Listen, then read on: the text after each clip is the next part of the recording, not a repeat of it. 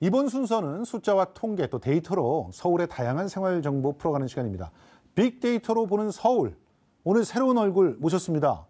빅데이터를 처형하라 라는 책을 쓰신 하우사회문제연구소 배철순 소장님 모셨습니다. 안녕하세요. 네, 안녕하세요. 예. 네. 아, 요즘 정말 춥지 않습니까? 너무 좋습니다. 진짜 네. 롱패딩 없이는 밖을 나갈 수가 없는 그런 시베리아 추위입니다. 그렇습니다. 예. 북극과 다름없는 기온이 계속 이어졌는데요. 내복과 롱패딩 없이는 꼼짝을 할 수 없겠다. 예. 이런 말씀하시는 분들이 많았습니다. 예. 그래서 오늘은요. 한파와 관련된 빅데이터와 통계에 대해서 한번 알겠습니다. 다뤄볼까 합니다. 우리가 시베리아만큼 춥대요. 그래서 서베리아란 말도 나왔는데 진짜 모스크바하고 서울하고 비교해보니까 우리가 훨씬 추워요. 그렇습니다. 예. 예, 이상 기온 때문일까요? 특정 지역에서 예상치 못한 극단적인 기온 변화가 많이 나타나서요. 예. 소셜미디어상에서 빅조가 등장하기 시작했습니다. 널리 알려진 기후 관련 신조어로는 데프리카가 있겠죠. 그렇죠. 대구 더하기 아프리카. 아프리카. 예. 무척 덥다는 뜻이죠. 올겨울에는 이제 서울과 러시아의 시베리아를 합친 서베리아가 등장했습니다. 최근 들어서 소셜미디어에서 새롭게 등장하는 신조어도 있는데요. 바로 삼한, 사미입니다. 3일 동안은 춥고 4일 동안은 미세먼지로. 맞습니다. 사만사미는 네티즌들이 만들어낸 용어인데요. 예. 사실은 굉장히 과학적입니다. 예. 한파가 내려오면서요. 예. 대륙에서 넘어오는 미세먼지를 차단하는 효과가 있다고 예. 합니다. 네티즌들이 그것을 인지하고 예. 3일은 춥고 4일은 미세먼지가 차단되는구나. 이런 것을 파악한 아주 재밌는 조어라고 할 수 있습니다. 아니, 저는 사실은 뭘 고르라고 하면 차라리 맑은 날씨를 고르겠어요. 저는 실제로 추워도 정말 하늘이 구름 한 점 없이 이렇게 깨끗한 날씨가 나오니까 기분이 좋아지더라고요. 그런데 예. 사람들이 이런 상황에 대해서 관심이 꽤 많은 것 같아요. 그렇습니다. 예. 기후에 대한 검색어가 실제로 비교할 수 없을 정도로 늘었죠. 예. 실제로 지금 보니까 그 기온들 같은 경우도 굉장히 참 기록을 세우고 있는 것 같은데 그렇습니다. 지금 우리 서울의 역대 최저 기온이 어느 정도까지 내려갔습니까? 예, 자료화면 보시죠.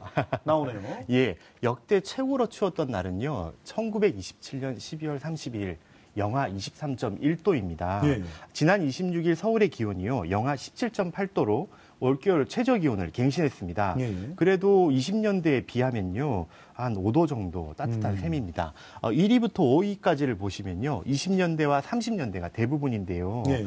당시에 아무래도 에너지 사정도 좋지 않고 또 적절한 방안도 롱패딩도 없었던 예. 시기니까요. 얼마나 추웠을지 진짜 상상도 그러네요. 되지 않습니다. 예. 그런 상황에서 일제에 쫓기면서 독립운동까지 하셨던 분들이 정말 더 대단해 보입니다. 그러니까 1920년대에서 30년대 사이가 제일 추웠다고 보는데 그렇습니다. 우리나라가 이렇게 뭔가 좀 서울 시민들의 모습을 통해서 얼마나 추운지를 볼 수 있었다면서요. 그렇습니다. 예. 지금 한번 자료화면 볼까요? 보시죠. 대표적 방한용품들에 대한 그 변천사를 준비했는데요. 특히 학교에서 오랜 시간을 보내야 되는 학생들이 방한용품에 민감한 편입니다. 1990년대 한창 유행을 했었지요. 떡볶이 코트라고 하는데요. 정식 명칭은 더플 코트입니다. 그렇죠. 그리고 특정 브랜드의 바람막이 점퍼도 아하. 2000년대 후반에 거의 뭐 국민 교복이라고 불릴 정도로 많이 입었죠. 근데 이거는 상대적으로는 좀 따뜻한 날씨에 어울리는 거잖아요. 지금은 그렇습니다. 지금은 저희가 이제 그게... 롱패딩을 알고 있으니까. 그러니까요. 그리고 또 날씨가 워낙 추워졌으니까요. 2010년대에 들어오면서부터는요. 패딩. 역시 뭐 등산 브랜드의 다운 패딩인데 이건 또 부모님들을 너무 고가라 그렇죠. 부모님들에게 큰 부담을 준다고 해서 등골 등골 브레이커라고도 했었죠. 2018년 현재는 롱패딩이 선풍적인 인기를 끌고 있습니다. 이것과 관련해서는 재미있는 빅데이터 결과가 있습니다. 구글 트렌드 빅데이터에서요. 키워드 평창올림픽, 일주일밖에 남지 않은 평창올림픽을 넣으면 가장 높은 연관어로 평창 롱패딩이 나타납니다. 맞습니다. 일주일밖에 남지 않은 올림픽의 최다 연관어가 롱패딩이니까요. 금년에 롱패딩 열풍이 얼마나 대단했는지 쉽게 유추할 수 있는 상황입니다. 그렇습니다. 이제는 남북 단일팀 뭐 이런 게 올라왔으면 참 좋겠습니다. 그렇습니다. 올림픽에 대한 관심이 조금 저조한 면이 있습니다. 그런데 지금 스프링클러 막 고장나고 이런 얘기를 나오고 있는데 사고들도 굉장히 많죠, 지금. 사건, 사고가 무척 많이 늘었습니다. 지금 수도권 한파 관련 사고 건수에 대한 자료가 있는데요. 지금 지난 27일 새벽이지요. 지하철 1호선 서울역에서 스프링클러가 동파되어서요. 빙판길이 생겨났습니다. 출근길 시민들이 큰 불편을 겪어야 했는데요. 지금 자료를 보시죠. 고드름 제거 쉬운 7건, 수도권 동파 쉬운 67건, 수도권 동파 쉬운 7건, 결빙 제거 12건, 빙판길 낙산 9건, 보일러 동파 9건, 긴급 배수 5건, 총 163건이요. 26일 오후 5시부터 27일 오전 5시까지 딱 그 순간에만 무려 이만큼이나 발생됐다고 합니다. 엄청난 건수라고 봐요. 네, 엄청난 건수죠. 이걸 전부 다 방재센터에서 처리를 해야 하니까요. 정말 고생이 많으셨죠. 화재 사고도 지금 많아지지 않았습니까? 예, 화재 사고도 많았습니다. 한번 통계해 볼까요? 예, 최근 3년간 서울 시내에서 화재로 다치거나 숨진 사람이 꾸준히 증가하고 있는 것으로 나타났습니다.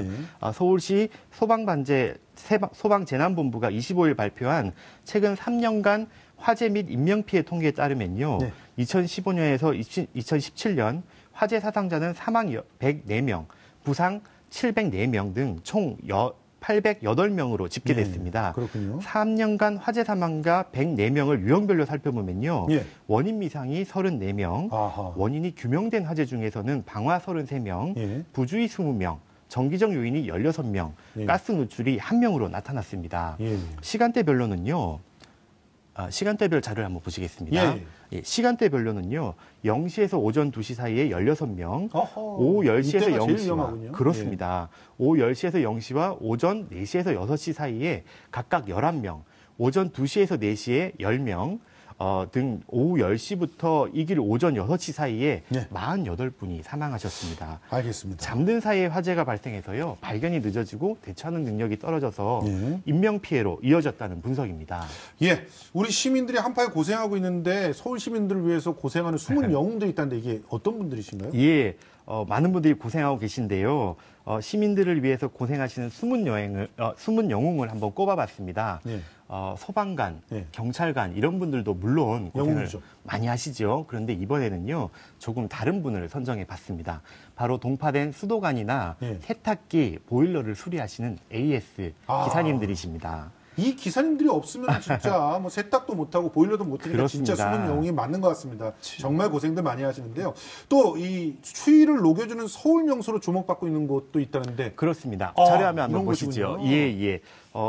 매서운 강추위를 녹여주는 곳입니다. 바로 서울 추위 대피소인데요. 중구의 옹기통, 서초구의 서리풀 이글루, 관악구의 동장군 대피소, 이런 그 자치구의 추위 대피소들이 설치되고 있습니다. 설치 위치도 세심하게 고려했다고 합니다. 유동인구가 많은 곳, 교통 버스 정류장 이런 것들을 고려해서 설치했다고 하시네요. 알겠습니다. 이런 것들도 많이 한번 이용해 주셨으면 좋겠습니다.